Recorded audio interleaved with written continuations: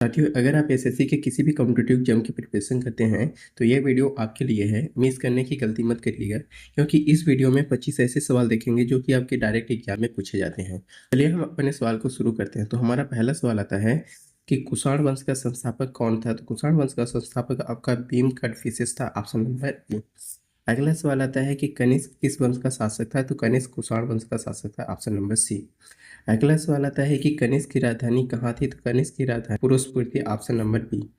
अगला सवाल आता है कि कनिष्क के शासनकाल में चौथी बौद्ध संगीति कहाँ हुई थी। तो कश्मीर में हुई थी, ऑप्शन नंबर सी।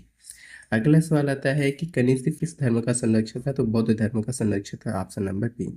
अगला सवाल आता है कि शक वंश की शुरुआत किसने किया था। तो कनिष्क ने किया था, ऑप्शन नंबर बी। अगला सवाल आता है कि कनिष्क का दरबारी चिकित्सक कौन था। तो कनिष्क का दरबारी चिकित्सक चरक था, ऑप्शन नंबर बी। अगला सवाल आता है कि महायान बौद्ध धर्म का विकास किसे समय में हुआ था। तो कनिष्क के समय में हुआ था, ऑप्शन नंबर सी। अगला सवाल आता है कुषाण काल में विकसित कला शैली कौन सी थी। तो गांधार शैली थी, ऑप्शन नंबर ए। अगला सवाल आता है कि गांधार कला में किसका प्रभाव था। तो यूनानी का विकास था, ऑप्शन नंबर बी। अगला सवाल आता है कि अश्वघोष किसके दरबार में थे। तो अश्वघोष कनिष्क के दरबार में था, ऑप्शन नंबर बी। अगला सवाल आता है कि बुद्ध चरित्र के लेखक कौन थे। तो बुद्ध चरित्र के लेखक अश्वघोष थे, ऑप्शन नंबर बी। अगला सवाल आता है कुषाण वंश का संबंध किस जाति से था। कुषाण वंश का संबंध आपका युची से था, ऑप्शन नंबर सी। अगला सवाल आता है कि कनिष्क का साम्राज्य किन क्षेत्रों तक फैला था। कनिष्क का साम्राज्य आपका अफगानिस्तान से लेकर गंगा घाटी तक फैला था, ऑप्शन नंबर ए। अगला सवाल आता है कि कुषाणों की प्रमुख भाषा क्या थी। तो कुषाणों की प्रमुख भाषा ग्रीक और खरोष्टी थी, ऑप्शन नंबर सी। अगला सवाल आता है कि कुषाण काल में व्यापार किस मार्ग से अधिक होता था। तो कुषाण काल के रेशम मार्ग से व्यापार ज्यादा होता था। अगला सवाल आता है कि नागार्जुन किससे संबंधित है। तो नागार्जुन आपका महायान से संबंधित था, ऑप्शन नंबर सी। अगला सवाल आता है कि कुषाण काल के किस धातु के सिक्के अधिक प्रचलित थे। तो सोने के सिक्के अधिक प्रचलित थे कुषाण काल में।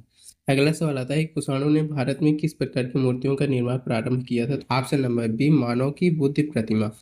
अगला सवाल आता है कि कुषाण काल में मथुरा किसके लिए प्रसिद्ध था। तो मूर्तिकला के लिए प्रसिद्ध था, ऑप्शन नंबर बी। अगला सवाल आता है भीम कटफिसेस के बाद शासक कौन बना था। तो कुजुक कटफिसेस था बना था, ऑप्शन नंबर बी।